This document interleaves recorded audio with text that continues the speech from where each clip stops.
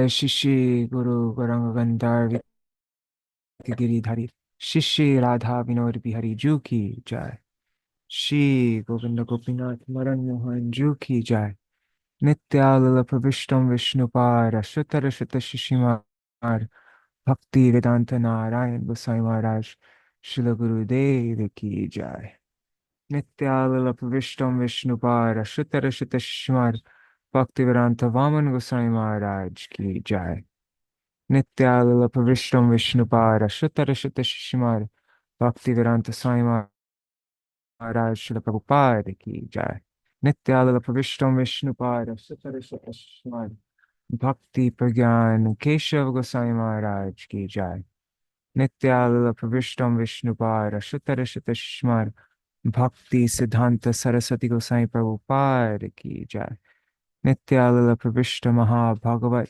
Śrīla Gorksharas Babaji Maharaj Ki Jai Nityalala Pravishta Śrīla Satchidananda Bhaktivinoda Ṭhākura Ki Jai Nityalala Pravishta Vaishnav Sarvabhauma Śrīla Jagannath Das Babaji Maharaj Ki Jai Śrī Rūpānu Gaurya Guru Varga Ki Jai Śrī Rūpa Sanatan Bhatta Raghunath Śrī Jeev Gopal Bhattadas Raghunath Sharda Goswami Prabhu Ki Jai Śrī Sarup Damodar Rai Ramanandadi Śrī Gaur Parshad Vrinda Ki Jai Namacharya Śrīla Haridas Thakur Ki Jai Prem se kaho Shri Krishna Chaitanya Prabhu Nityananda Shri Advaita Gadadhar Shivasari Gaura Bhakta Vrinda Ki Jai Shri Kshetra Mandala Gaura Mandala Braja Mandala Mathura Vrindavan Dham Ki Jai Sarva Abhishta Pradata Giriraj Maharaj Ki Jai Shri Radha Kunda Shama Kunda Ki Jai Shri Yamuna Devi Ganga Devi Ki Jai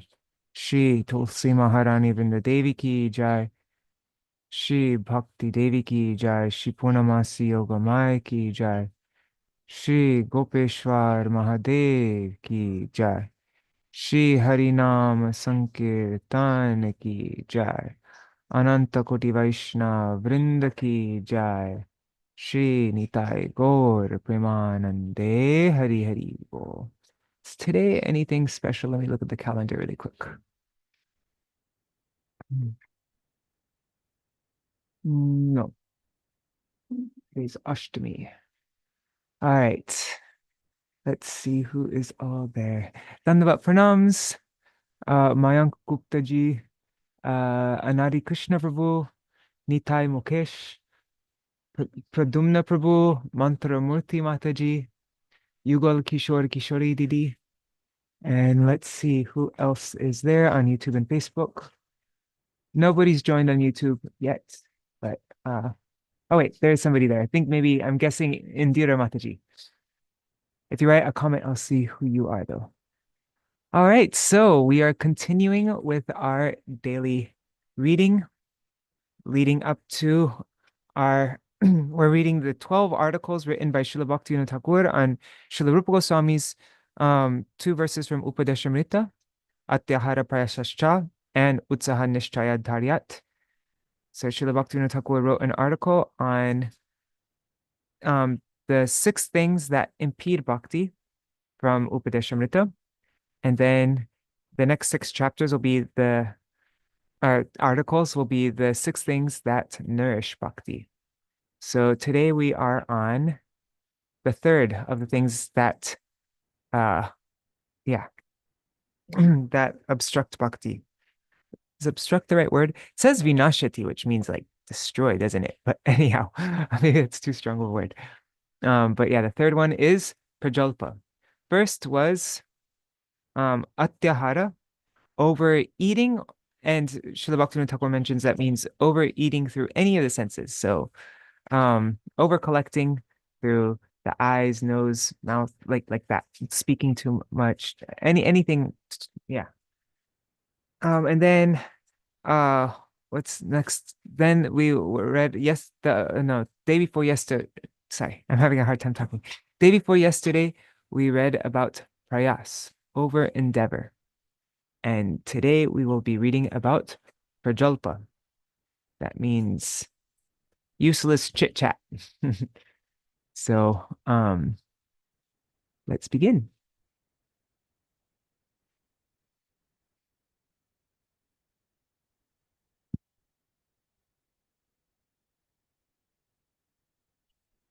Oh, and the reason why we're reading these articles now is because very soon we will resume the Bhaktivedānta Dhara program. And in that program, um, we made it up to this chapter called Bhajan Lalasa, which is the section where Śrīla Bhaktivinoda Ṭhākura writes a song for each, well, no, the first 8 verses of Upadeśāmṛta. And they're all prayers. How can I, praying to the Lord, to please help me apply these verses in my own life. Goes through like each song goes through a synopsis of the verse and also a prayer for the verse. So I thought it'd be nice before we start singing the songs to hear detailed explanation on each of the things mentioned in verse 2 and 3. Okay. So Prajalpa, mundane talk. Yes. Yeah. Okay. Let me just make this bigger. I think that's good. I haven't read this article yet either, so we're all reading it together for the first time.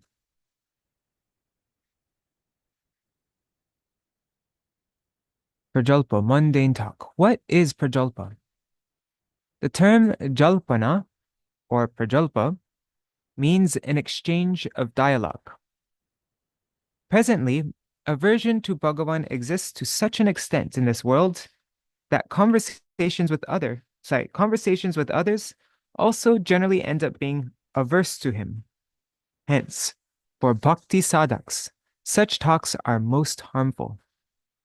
There are, however, various types of jalpana that are acceptable in the practice of bhakti. Such discussions are auspicious for sadhaks. Śrīla Rūpa Gosvāmī has written, Tatapyasmin kadachidvam adisho nama jalpani avadya vrindanistari nama bhaso prasidatam. That's from the Karpanya Panjika, verse 16. Oh, right. Okay. And Śrīla Bhaktivinoda Ṭhākura, he wrote a series of songs based on Karpanya Panjika. 1 second, let me just put this wire. Yeah, so he wrote a series of songs based on Karpanya Panjika, which is in Gitamala. We'll go over that eventually. Śrīla Rūpa Gosvāmī has written, O King and Queen of Vrindavan, when sinful persons chant even a semblance of your holy names, that semblance results in your causing their deliverance from multitudes of unspeakable acts. Therefore, I implore you, if I happen to chant your name, then by the virtue of that pious act, be pleased with me. The purport is that if one happens to chant even a semblance of Bhagavan's names, namabhas, then such prajalpa of those names destroys all kinds of anarthas, all kinds of unwanted desires in the heart that create obstacles on the path of devotion. Performing kirtan, reciting prayers, and deliberating on the scriptures are all considered jalpana. But when they are devoid of desires other than those directed toward the service of Bhagavan, and are done in a way that is favorable for bhakti, they become limbs of bhakti.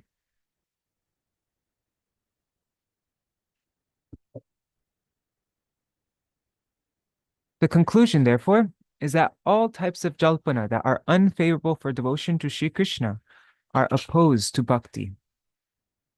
Practitioners of devotion must be extremely careful to remain far away from such prajalpa. The prajalpa of saintly persons is worthy of honor. Interesting. The conduct of saints and Mahārājas is completely free of fault. Therefore, we should honor the prajalpa they practice and practice it ourselves Some ati bhaktas, those who make a show of excessive devotion. And ati means like exceeding. Like, so those who are super devotional, kind of like it's like a little bit like sarcastic. Ati bhakti, those are who are exceedingly, so some ati bhaktas, those who make a show of excessive devotion, teach that one should give up every type of prajalpa. It is the duty of Śrī Rupanuga Vaishnavas, the followers of Śrī Rūpa Gosvāmī, however, to always follow the path of sadhan bhakti as he taught it. Now, this is reminding me of, I wonder if we could find it. There's Śrīla Bhaktivedānta Mahārāja talks about a brahmachari who in the mat, he would say, sorry, he would say, oh, he wouldn't talk to any of the other brahmacharis, and he said, oh, they're just talking prajalpa. And maybe I can find the exact quote. Shali's trying to lick the screen. Sorry, Mangala is. Wait, that's not for eating. Sorry. Oh, sorry about that. Okay. Okay. At the end, if there's some time left over at the end, we can find that article because yeah, that's okay. It is the duty of Śrī Rupanuga Vaishnavas, the followers of Śrī Rūpa Gosvāmī, however, to always follow the path of sadhan bhakti as he taught it. Samrigya Shriya Samhetu Panta Santapa Varjita Anavapta Shamam Purve Yena Santa Pratastire. At Shri Bhakti Rasamrita Sindhu 1, 2. Oops, I'm not sharing the screen. Sorry, I forgot to share the screen. There. We should inquire about that path of sadhan that is auspicious and free of anguish. The path effortlessly traversed by our previous our previous saints and Mahājans. We should inquire about that path of sadhan that is auspicious and free of anguish, the path effortlessly traversed by our previous saints and Mahājans. Only the path determined by Sri Vyas, Shuka, Prahlad, and Sriman Mahaprabhu and his devotee associates is for us the path of the Mahājans. We must not leave this path aside and hear instructions from neophyte Ati Bhaktas. All Mahājans respect talks that are favorable for devotion to Sri Hari. We will give examples of this in appropriate places in the texts. Okay, so different types of averse prajalpa. Talk that is averse to bhakti is certainly an obstacle on the path of devotion to Sri Hari. There are many such types of prajalpa. There's 1, useless talks, vritta galpa. There are 2, logic and argument, vitarka. 3, talking about others, paracharcha. 4, debate, vad anuvad. Fault finding, paradosha anusandhan. 6, speaking dishonestly, mithya jalpana. 7, criticizing saintly persons, sadhu ninda. And 8, gossip, gramya katha. All these are included within prajalpa. Okay, so now he's going to go through each one of these. Vrittagalpa, vitarka, paracharcha, vadanuvad, paradosha anusandhan, mithya jalpana, sadhu ninda, gramya katha. Okay, so number 1, useless talks. Haribol, Krishna Mai Didi. Useless talks are extremely damaging. Practitioners of devotion should refrain from them. Instead, they should always hear and speak Harikatha in the association of saintly persons and remember the holy name in solitude. Bhagavad Gita, chapter 10, verses 8 to 9, and chapter 9, verse 14, has confirmed this in the following verses. Aham sarvasva prabhavo matta sarvam pravartate iti matva bhajante mam buddha bhava samanvita Machitta margata prana bodhayanta parasparam katayantascha mam nityam tushyanti charamanti cha. I am the source of both mundane and spiritual worlds. Everything emanates from me. The wise who know this well engage in worshiping me with transcendental emotion in their heart. Those whose minds are absorbed in me and whose lives are wholeheartedly devoted to my service derive great satisfaction and bliss from constantly enlightening one another with the fundamental truth about me and performing kirtan of my names, form, qualities, and pastimes. Haribol Gokuleshwari Didi. Satatam kirtayanto mam yatantascha vrata namasyantascha mam bhaktya nitya yukta upasate. Constantly chanting the glories of my names, qualities, form, and pastimes, endeavoring with determined vows, and offering obeisances with devotion, they engage in my worship, remaining always connected with me. It is essential for practitioners of bhakti to practice exclusive devotion according to the above-mentioned regulations. If we spend day and night in useless talks with persons who are averse to Krishna, then how can we possibly follow Bhagavan's instructions to always perform kirtan of his names? It is most injurious for sadhaks to read newspapers. Whoa. Okay. It is most injurious for sadhaks to read newspapers or to watch the news on YouTube like I did all day yesterday when I was cleaning. If there is an article about a pure devotee in the newspaper, then yes, one can read it. Village folk often get together after meals to smoke and indulge in various types of useless talk with people who are averse to Krishna. It is difficult for such people to become Rūpa sadhus. Reading novels is also considered vritta golpa. Of course, the histories within Śrīmad Bhagavatam, like the narrative about King Puranjan, are not obstacles to devotion. Rather, they are most beneficial. What to speak of bhakti? Even, um, I like. There's some like there's a person's Ali Abdal, different people that's total Prajalpa also, but um even like mundane things that I've been following, they say that like how the news can, it's like they were all saying you shouldn't watch the news every day because it it it's the most distracting thing and it doesn't um it just anyways for a whole bunch of reasons they're saying that why we should refrain from getting too obsessed with the news. I'm gonna just keep stick to the article because I'm not doing a very good job at talking today. Okay, 2, logic and argument. Argument, vitarka, is also a type of useless talk that obstructs devotion. Vitarka.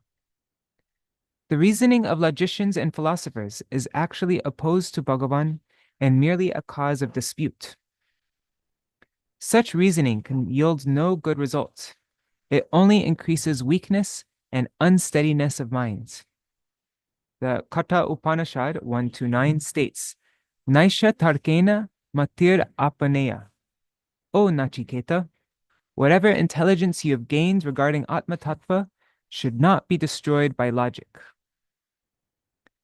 Eternally present in the innate intelligence of the jiva is a transcendental disposition to be naturally devoted to the lotus feet of Bhagavan.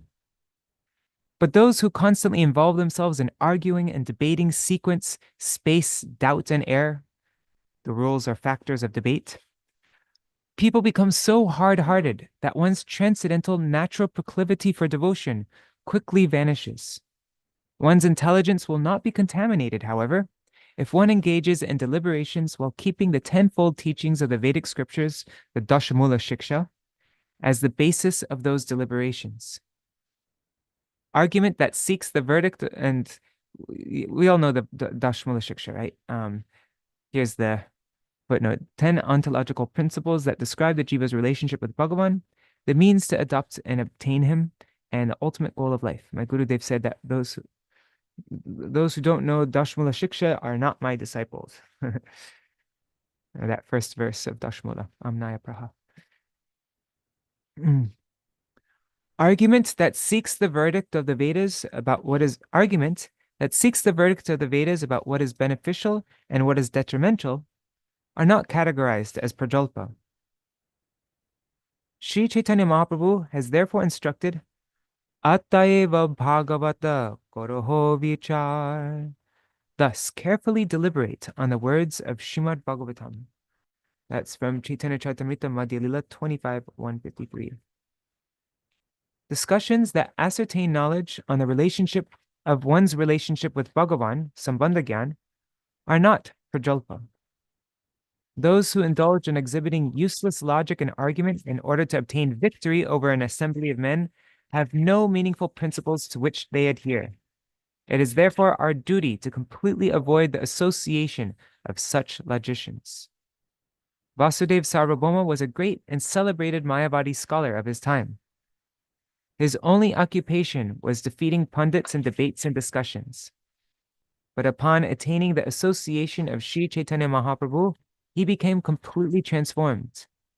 His intoxication with debate and discussion was totally eradicated. He said, previously, in the association of these dry logicians, I simply wasted my life's precious time in using my mouth to blabber and blather. Today, with that same mouth, I am chanting Krishna, Hari, and other remarkably sweet names of Bhagavan. Those who engage in spiritual thoughts should always remember the heartfelt expression of the respected sannyasi from Varanasi. Paramartha vichar gelo puri matravad, kaha mukti pavo kaha Krishner prasad. That's Chaitanya Charitamrita, Madhya Lila 25:43. Having been engaged in unnecessary talk, my spiritual perspective has vanished. How will I attain the mercy of Krishna now? Envy, pride, egotism, and self-prestige give rise to useless logic. Those who delight in quarrel are maddened by useless arguments. Practitioners of devotion should be cautious to not become involved in the troubles of useless arguments when reflecting on the ontological truths and pastimes of Bhagavan. I asked Srivas for if he could give me some verses to put in the pranam section of the Gaudiya Giti Gucha, because every chapter begins with pranam mantras. And I needed it for the Gauranga and his associate section. And so Shiva sent me a verse. He translated it and sent it to me. We're not including it in the Gaudiya Giti Gucha because it's not really a pranam mantra, but it was really nice on this topic of debate. Let me just find it. I think it's in one of our old files.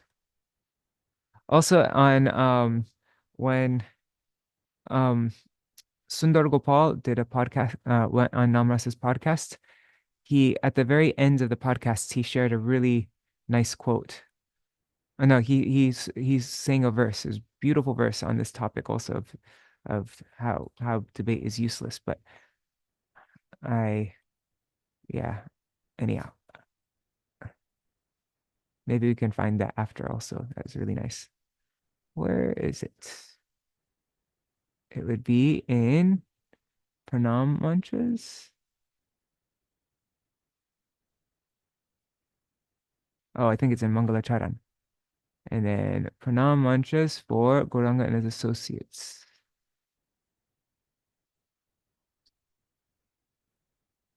I think it's this file.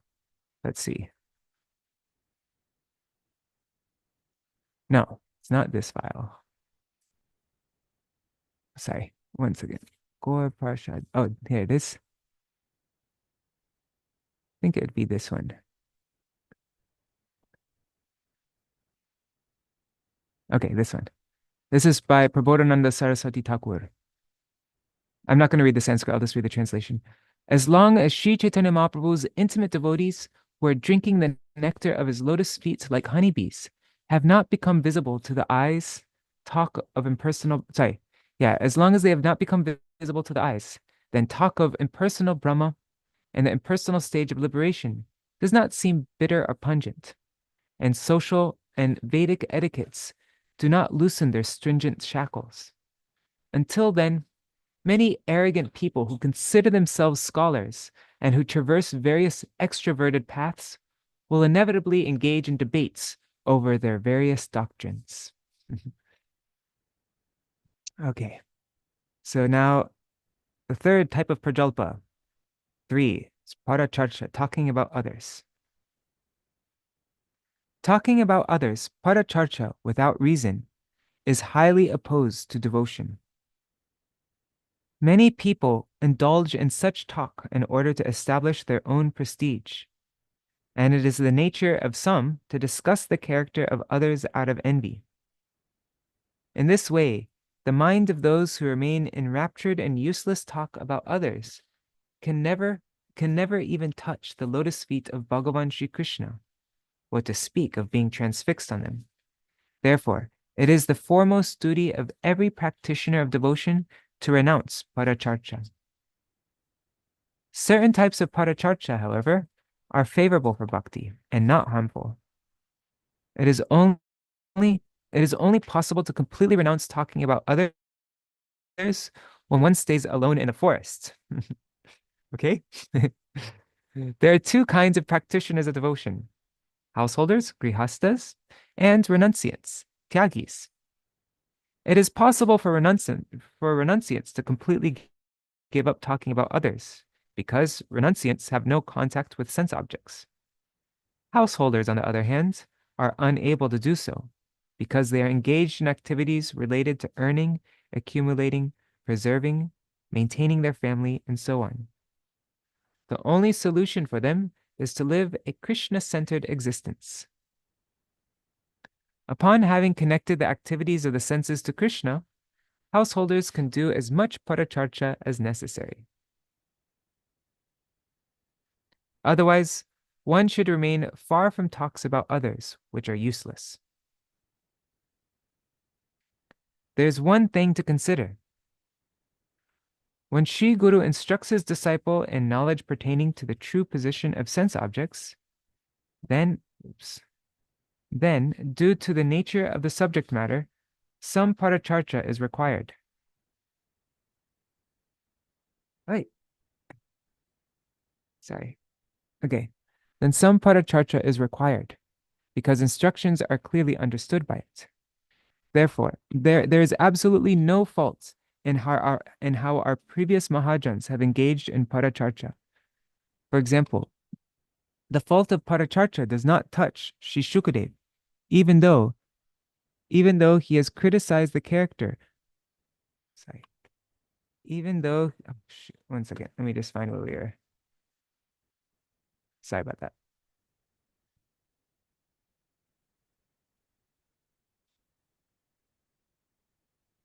Even though he has criticized the character of materialistic persons. Nidraya hriyate naktam vyavayena chayavaya deva charte haya rajan kutumba bharanena va deha patya kalatradishvatma sanyeshvasatsvapi tesham pramatto nidhanam Pashyan api na pashyati. That's from Śrīmad Bhagavatam, Canto 2, Chapter 1, verses 3 and 4. O King, householders who are entangled in their household chores do not know their real identity. In this way, they pass their entire lives. They spend their nights either in the association of a woman or sleeping, and their days either in struggling for money or maintaining their family members. In this material world, those who we consider intimately related to us, our body, sons, and so on, are nothing.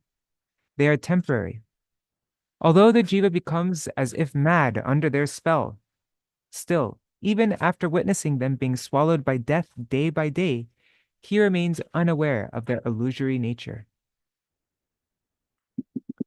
Whatever Sri Shukadev Goswami has spoken about materialistic people while instructing his disciples is not Prajalpa. Such discussions benefit the world. While instructing his disciples, Sriman Mahaprabhu described the character of false renunciates. Prabhu kohe vairagi, Prabhu kohe vairagi kore prakriti sambhashan, dekhite na paro ami, tahar badan. That's from Śrī Sajjana-toṣaṇī Antya Lila 2:117. Sri Chaitanya Mahaprabhu said, I cannot look at the face of a renunciant who converses with women.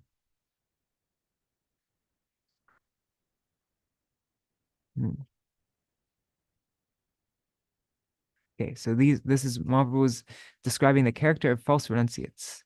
I cannot look at the face of a renunciant who converses with women. Shudra jiva sava markata vairagya koriya indriya charaya bule prakriti sambhashiya. That's from the Antya Lila, chapter 2, verse 120. So same chapter. The insignificant living entity adopting show bottle renunciation. What's that? Markata vairagya. Show bottle renunciation. Markata means a monkey, right? So monkey renunciation. Monkeys, they appear to be very renounced. They don't have any, they don't own any possessions. They don't wear any clothes. They live in trees, like they don't have a fixed residence, and almost in every way, they're like, they can seem like renunciates. But really, they're not, because what are they constantly looking after? They're just constantly looking after enjoyment. So the living entity adopting monkey renunciation or markata vairagya, show bottle renunciation, leads his senses astray by conversing with women in secret. Prabhu ko he mor vash, nahe mor man, prakriti sambhashi vairagi na kore sparshan. Now, this is same chapter, verse 124, so 4 verses ahead. My mind is not under my control. I do not want to have any connection with renunciates who talk intimately with women. While deliberating upon the instructions and conclusions of a particular subject, it will benefit neither men nor society to neglect the words mentioned above. If our exalted gurus practice this type of paracharcha with the aim of instructing the whole world, then how can we attain auspiciousness by acting in a way that opposes their teachings? It cannot be considered prajalpa to criticize, in the above-mentioned way, the current misconceptions accepted by a spiritual society, an assembly, or common people. For instance, sometimes it is not considered a fault to criticize certain persons. The great devotee Maitreya Rishi has spoken in such a way about King Vena. Itam viparya mati papiyan utpatam gata anuniyamanas tadyachnam na chakre prashtamangala. Sorry, I didn't say that right. Śrīmad Bhagavatam, Canto 4, Chapter 14, verse 29. In this way, due to contaminated intelligence, King Vena became extremely sinful and traversed the wrong path. His piety had been destroyed, so he did not pay any attention to the prayers of the Munis, even though they had humbly supplicated him again and again. Here, Mahārshi Maitreya was obliged to engage in the above type of paracharcha, and he therefore did so in front of his listeners. His talking about others in this way does not fall in the category of useless prajalpa. Descriptions of ancient histories have been given for the benefit of the practitioners of devotion. The conduct of villains and ungodly persons has been criticized time and again in these histories. Such criticisms are beneficial and favorable for bhakti. But those who are influenced by envy, jealousy, pride, honor, and other tendencies engage in but those who are influenced by envy, jealousy, pride, honor, and other tendencies and engage in paracharcha are offenders to the lotus feet of Bhakti Devi.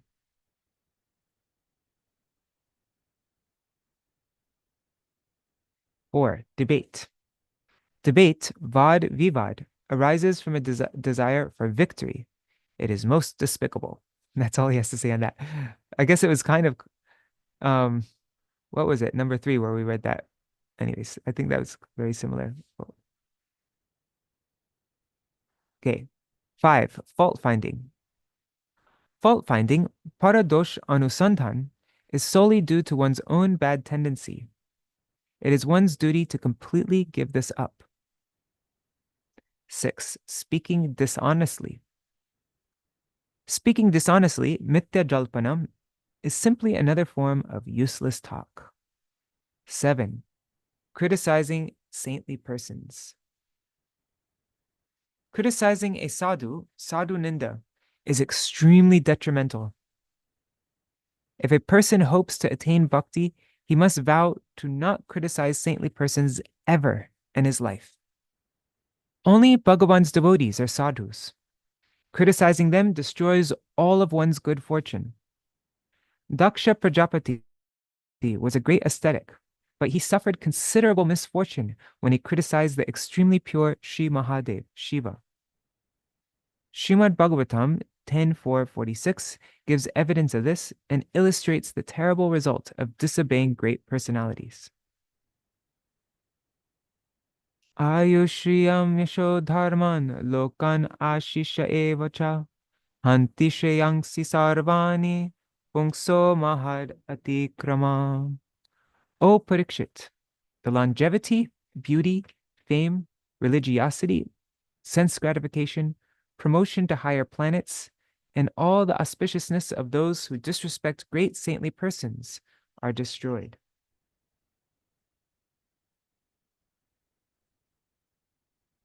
Eight, village talk or gossip. Renunciates should give up gramya katha or gossip in all respects. Householders can accept some gramya katha in a way that is favorable for bhakti. History, animal science, astrology, geography, and other such areas of study, if opposed to Krishna bhakti, are worthy of rejection.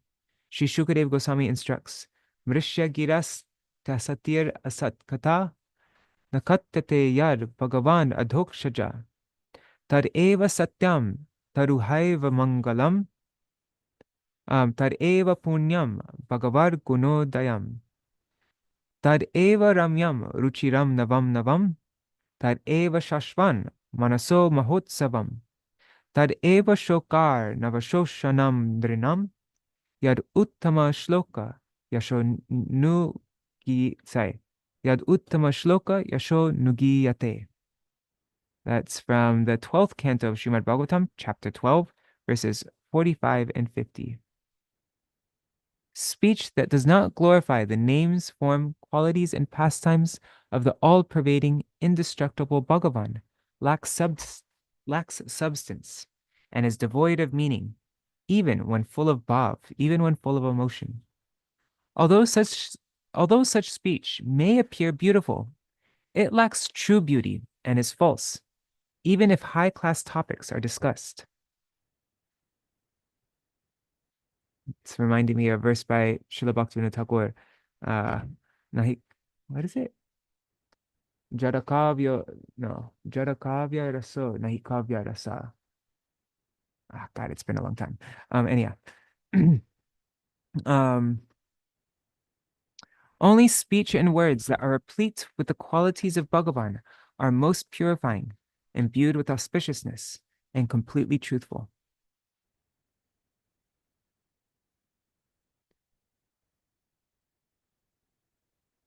Wait.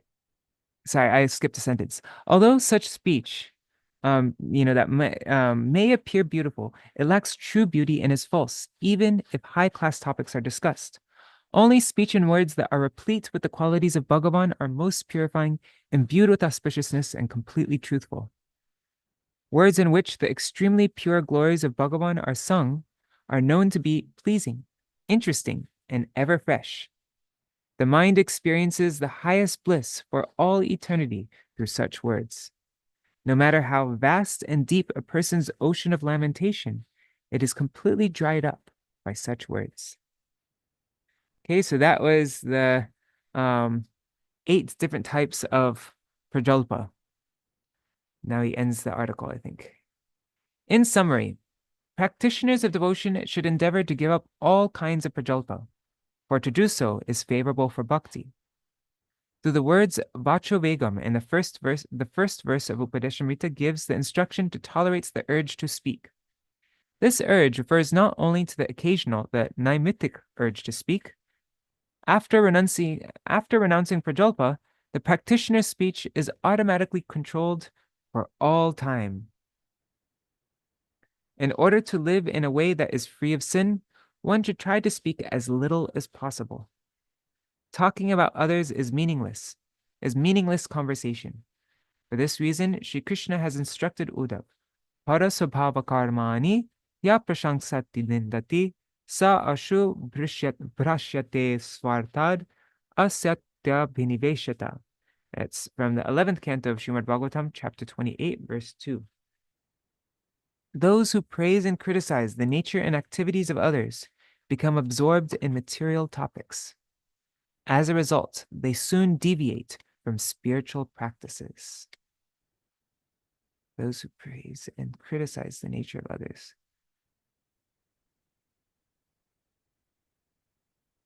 It's interesting, huh? Those who praise and criticize the nature and activities of others become absorbed in material topics. So we shouldn't over glorify anybody and we shouldn't criticize anybody. Mundane. I mean, of course we praise that shouldn't be misunderstood also, that we should yeah, we should also like our we should always discuss and the qualities of Vaishnavas that we also want to imbibe from them, and it's like that's, but this is just talking about the nature of activities of ordinary people. Yeah. All right. Okay, so that is our session for today. My mind's not, yeah, my mind's a little bit distracted today. Is there, do you want to look at, we've looked at this article maybe a couple times before, but while we're reading, some different ideas are coming up in my head, like things that were related. Like there's this article by Śrīla Bhaktivinoda Ṭhākura, famous one called Vaishnav Ninda. And he talks about, let me just find it. I'll just find it instead of trying to explain it. I think I know where it is. It will be in, I think we read it in our where is it? When we were doing the Raise to the Harmonious program. Oh, I need to start that back up again. No, I'm going to start that when we finish the songbook. Where was it? The In Vine of Devotion? No. Anyhow, it's here. Resources. Um, um, just give me 1 second. I'll find it. Raise to the Harmonious PDF.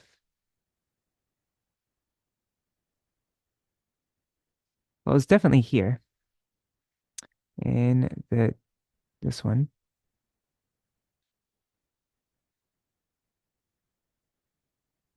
Okay, this will just take 1 second. Oops. Did I open it up with Word? Sorry, guys, I'm spaced out today.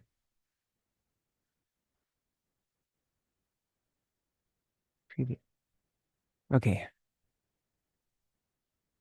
It's at the end of this. This is very often quoted by devotees. Here.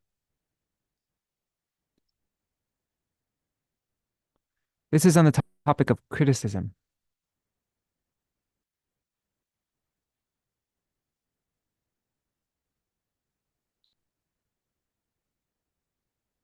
It is offensive to criticize a Vaishnav for his waning faults or for any faults that appears by providence. This is the end of the article. That's it. Right. But then he says that there are 3 types. Yeah, okay. It is offensive to criticize a Vaishnava for his waning faults or for any fault that appears by providence.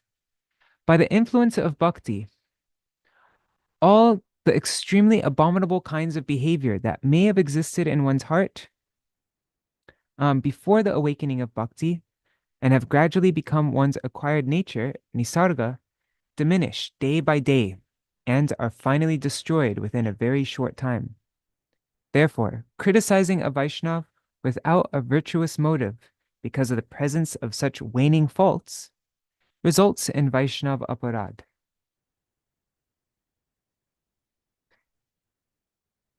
And it doesn't matter if the faults are true.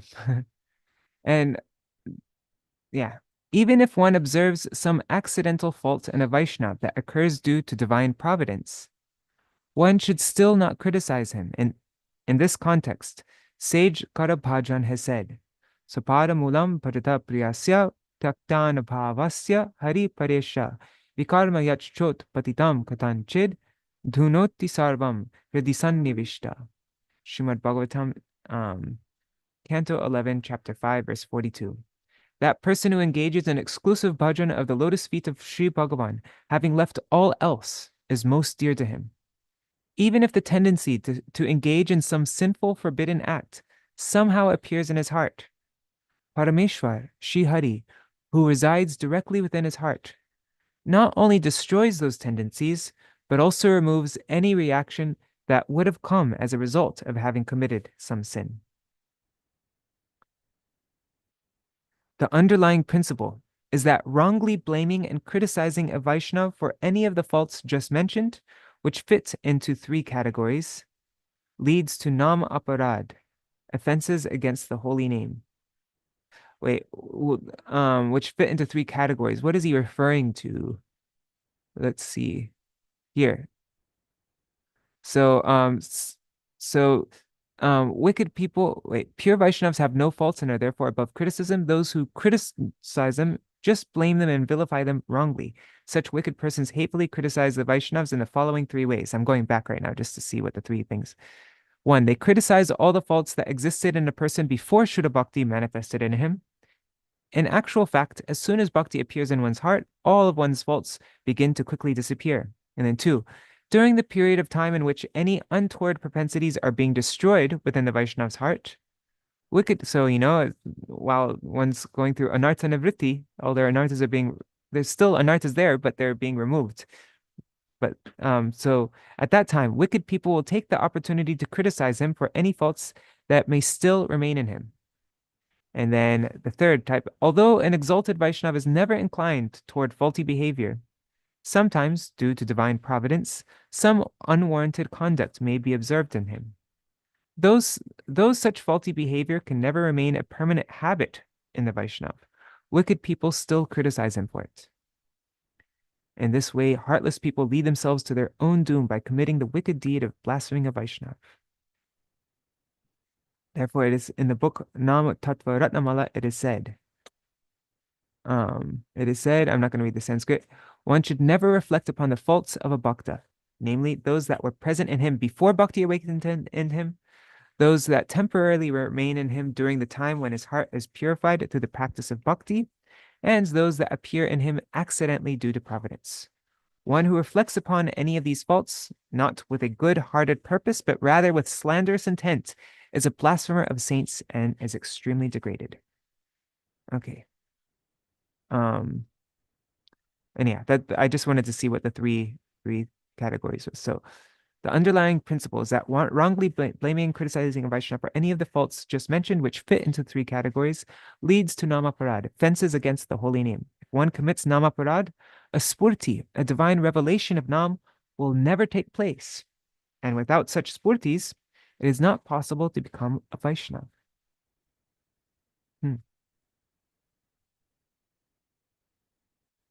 So if we're chanting and we're not getting any kind of divine revelations or anything when we're chanting Nam, we should understand what the reason is. It's because we've criticized the Vaishnava, either in this life or in previous lifetimes. So the faults of others can be deliberated upon if one has a virtuous motive. At this point, an opposing argument may arise.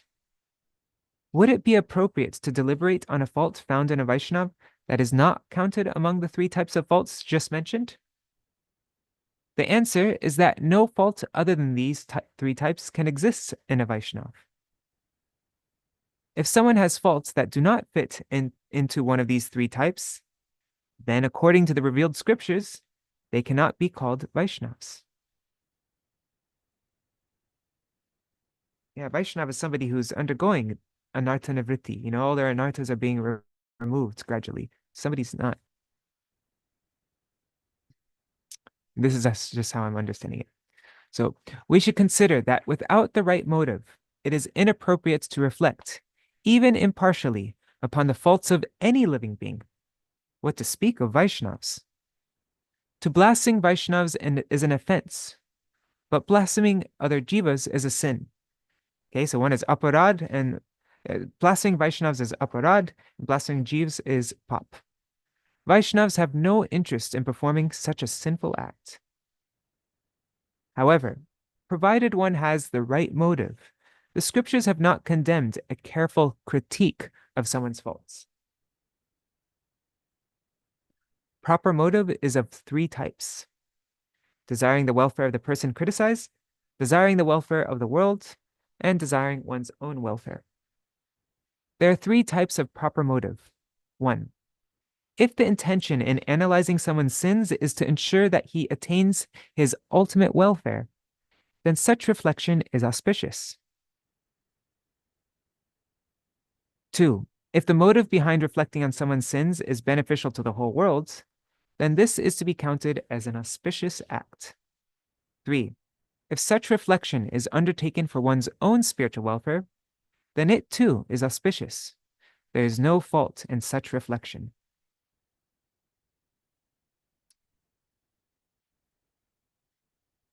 Okay, so basically this is the same.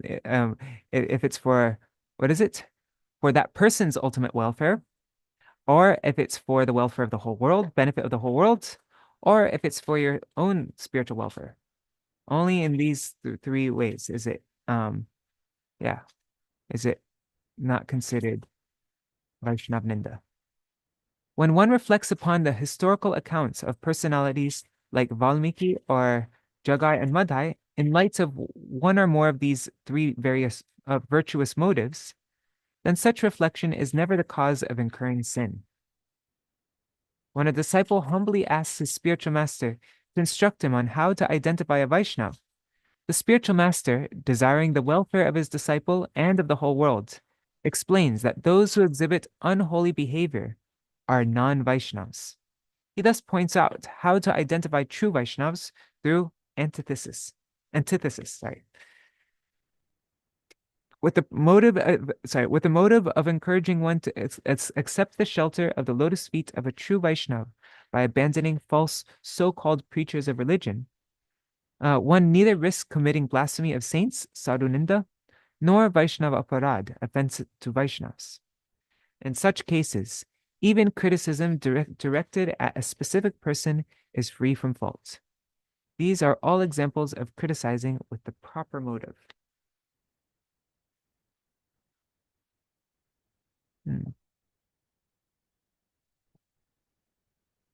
This one though, people can misinterpret this and misuse this so easily. What was in this article also, Śrīla Bhaktivinoda Ṭhākura, what did he say? Uh, ah, let me see if I can find it. He made a nice point on this.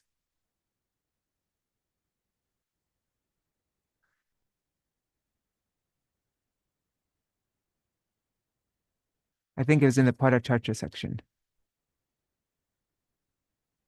Look.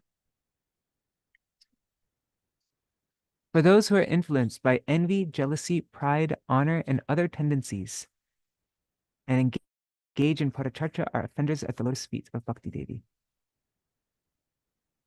So really, like, I think if we have any envy, any jealousy, any kind of pride or honor, or like these kinds of tendencies, then we really should just refrain altogether from even critiquing.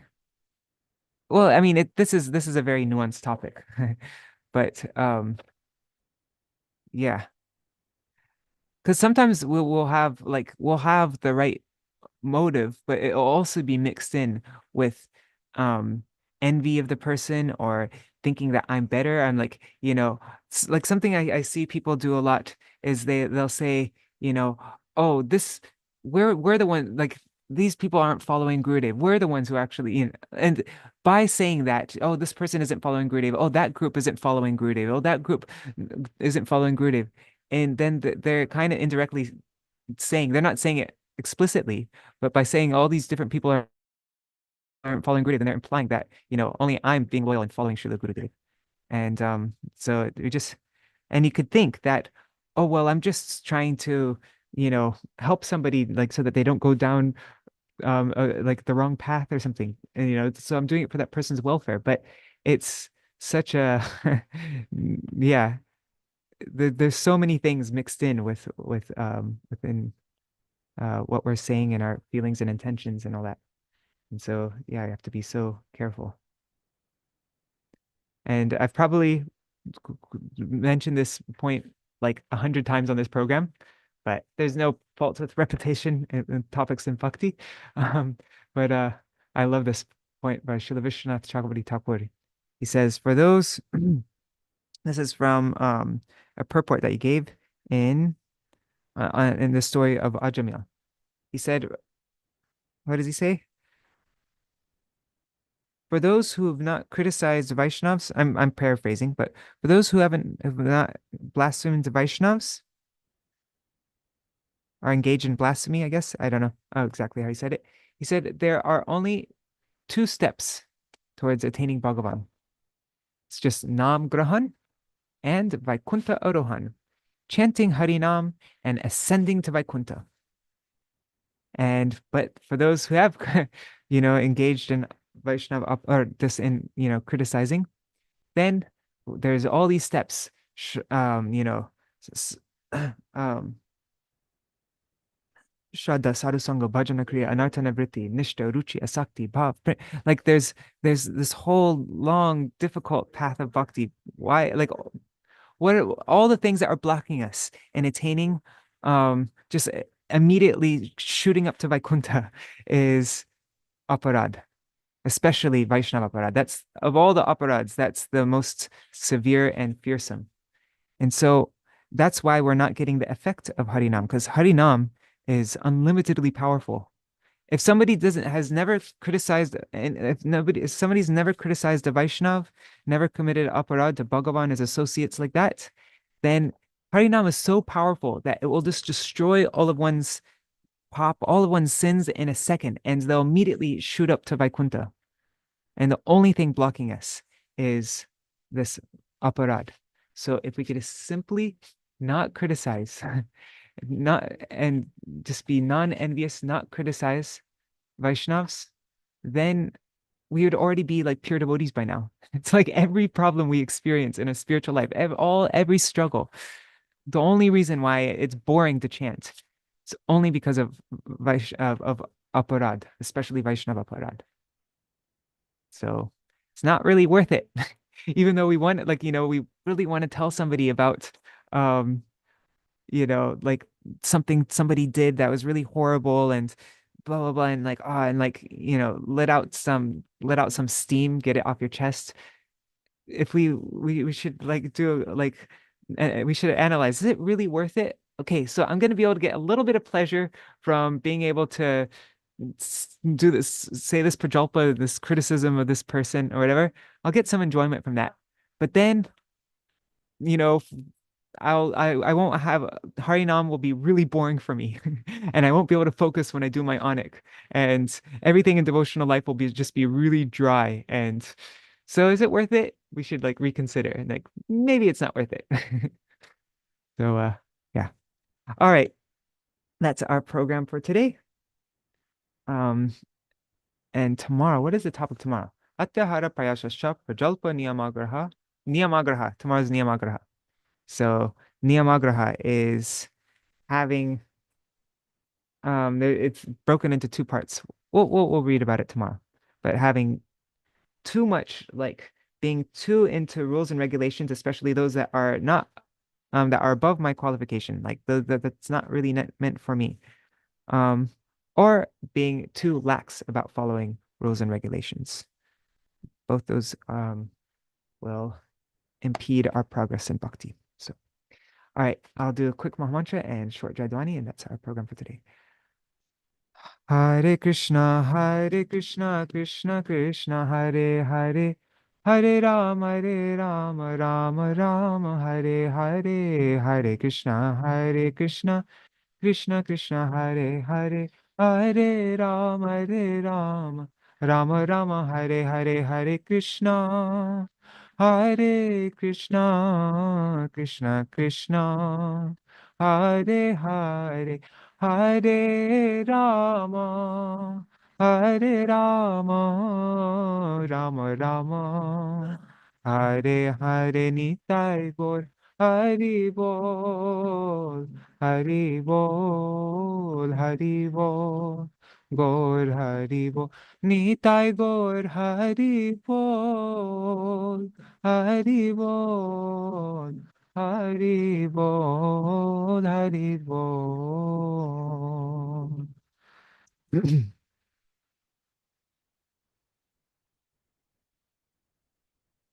Just thinking that's really like if there's um anything that I like that would help me in bhakti more than anything is if I could just look at each person, even people who I have huge differences with, people who I disagree with very strongly on many topics. But if I could just see, if I could just try to ignore all, like, of course we have to have discernment. So I'm not saying that we shouldn't have any discernment, but if I could just also try to acknowledge and focus on more the good qualities in that person that because everybody has good qualities. Everybody, every devotee, everybody on the path of bhakti has some amazing, beautiful quality that that that I want. And so I have enough discrimination that, okay, I'm not going to come close to that person, but at least I just want to focus on this person's one good quality that I also want. Everybody has some special connection with Sri Guru, with Krishna, that's so beautiful, precious, and pure, and might be covered like we might not, yeah, and all the other crap that somebody has will eventually be washed away. And so if there's something very valuable, like, you know, a piece of gold and it's covered in a bunch of stool, that doesn't mean like that doesn't take away the value of the gold there. And the stool, eventually somebody's going to wash that away and then it'll just be pure gold. And so yeah, we all have our different types of crap on us, you know. Everybody has their own anartas and their own shortcomings, all but on this path of bhakti, it's all going to be washed away eventually. And so it's temporary. So why focus on something that's temporary? We should look for the thing that's eternal and beautiful in everybody. And if we could just do that, then the whole path of bhakti, every devotional activity would become so much more joyful and juicy, and we'd be completely absorbed and just floating on, like yeah. And that's why Vaishnavas and the higher the more progress we make in bhakti, the higher of a level, like the more we advance in bhakti, um, the more we will not see the faults of others. That's why one of the qualities of a Vaishnava is they're adosha darashi. They do not see the faults in others. Of course, they'll know that some faults are there, but they don't really care about it. They don't focus on that because it's temporary. And so they just see the good in others. So no matter what sangha somebody's in, no matter what anybody has done, um, the only thing that would really benefit us is if we can just focus on the good and still have discrimination. All right. Jai Sachinandan Gaur Hari ki jai. Shishi Radha Vinod Bihari Ju ki jai. Shri Govinda Gopinath Maran Mohan Ju ki jai. Nitya Jai Shila Gurudev ki jai. Jai Shila Param Gurudev ki jai. Shila Prabhupada ki jai. Shri Rupanu Gauriya Guru Varga ki jai. Swapashad Shri Gaur Nityananda Prabhu ki jai. Shri Radha Krishna Gopa Gopigan ki jai. Shri Giriraj Maharaj ki jai. Shri Tulsi Maharani Vrinda Devi ki jai. Shri Bhakti Devi ki jai. Shri Purnamasi Yogamaya ki jai. Shri Gopeshwar Mahadev ki jai. Jai Shri Harinam Sankirtan ki jai. Ananta Koti Vaishnava Vrinda ki jai. Samagata Gaur Bhaktivedānta ki jai. Jai Śrīla Bhaktivinoda Ṭhākura ki jai. His 12 articles on the verses 2 and 3 of Upadeśāmṛta ki jai. Jai Śrīla Rūpa Gosvāmī Pada ki jai. Shri Rūpa Nuga Gauriya Guru Varga ki jai. Jai Shri Harinam Ananta Koti Vaishnava Vrinda ki jai. Samagata Gaur Bhaktivedānta ki jai. Shri Nitai Gaur Premanande Hari Hari Bo. Vrindai Tulsi Devai Priyai Keshavasacha Krishna Bhakti Pradadevi Satyavataya Namo Namaha. Vancha Kalpatarubhyascha Kripa Sindhubhya Evacha Patitanam Pavanebhyo Vaishnavebhyo Namo Namaha.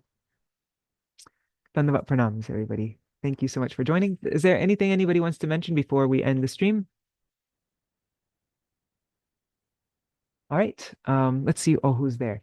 Krishna Mai Didi, Anadi Krishna Prabhu, Gokuleshwari Didi, Prajumna Prabhu, Mantra Murti Mataji, Yugal Kishore Kishori Didi, Champak Mataji, Ganga Mataji, Hari Priya Didi, Kishore Kumar Samal, Vidya Lalasa Didi, Vrinda Didi, Hari Priya Mataji. Hari Priya Didi, sorry, I thought it was older one. Okay, Dandavat pranams. Thank you so much for joining, and look forward to seeing you all tomorrow. Jai Shri Radhe. Hari Bol. Hare Krishna.